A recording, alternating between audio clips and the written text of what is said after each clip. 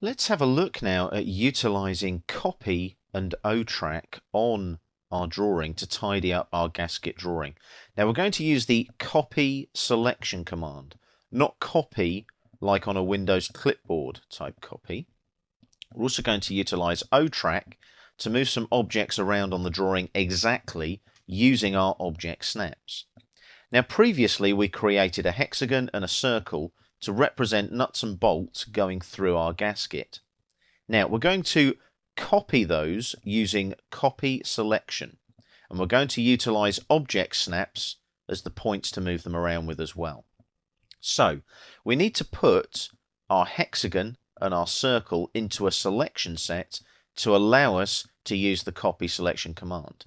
Now it is quicker to select the objects first, like this. So hover over the polyline that forms the hexagon, click on it, and you'll see the grips appear. Hover over the circle that forms the other part of the nut and bolt there, and click on that, and you'll also see the grips appear. So those two objects now are in what is known as a selection set. Now I've got two options in front of me now. I can go up to the Home tab on the ribbon, go to the Modify panel, and use Copy Selection here, or I can just right-click on the mouse, and on the shortcut menu, notice the icon is the same, Copy Selection.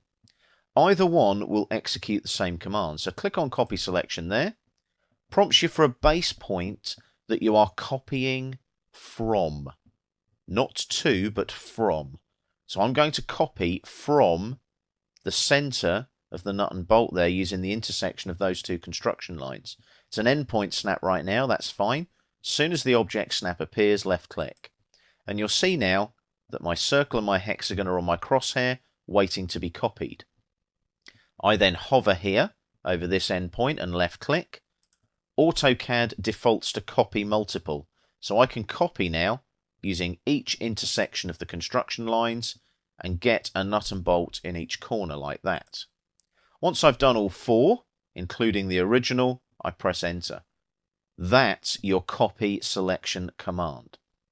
Now, object snap tracking. We created a rectangular slot here to go in the gasket. Now what we need to do now is we need to bring that down here underneath the hole, the larger hole in the gasket there. Now I'm going to utilize my object snap tracking to do this, but first I need to select the object I want to move. So I hover over the rectangle, when it highlights I left click on it. And again I can just right click, and on the shortcut menu there I can select move there instead of going up to the ribbon and the modify panel. So I need a base point now to move my rectangle. I need the midpoint snap there. So make sure on your object snaps, right click, check that midpoint is on. It is in my case. So I hover over that midpoint there. Now, do I want to click on that? Yes, I do. When that midpoint snap appears, I click because I want to move that rectangle using the midpoint of that top edge. Then my object snap tracking kicks in, my OTRACK. I'm going to hover now over this point here, the center of that circle and hexagon, or the intersection of those two yellow construction lines. Once I've hovered there, as I drag along, you can see the green crosshair that's been left there, the object snap tracking point. As I come further along, can you see it lock in there, like that, vertically below the bigger circle?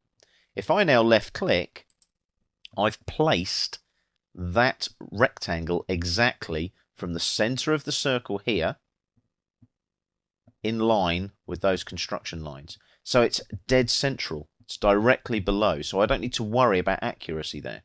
So I've now got my rectangular slot, my large circular hole, and I've also got the positions of my nuts and bolts marked on my gasket. Obviously the circle there represents the hole in the gasket, the hexagon represents the nut and bolt. So I've now finished there using copy selection and OTRACK to create my gasket.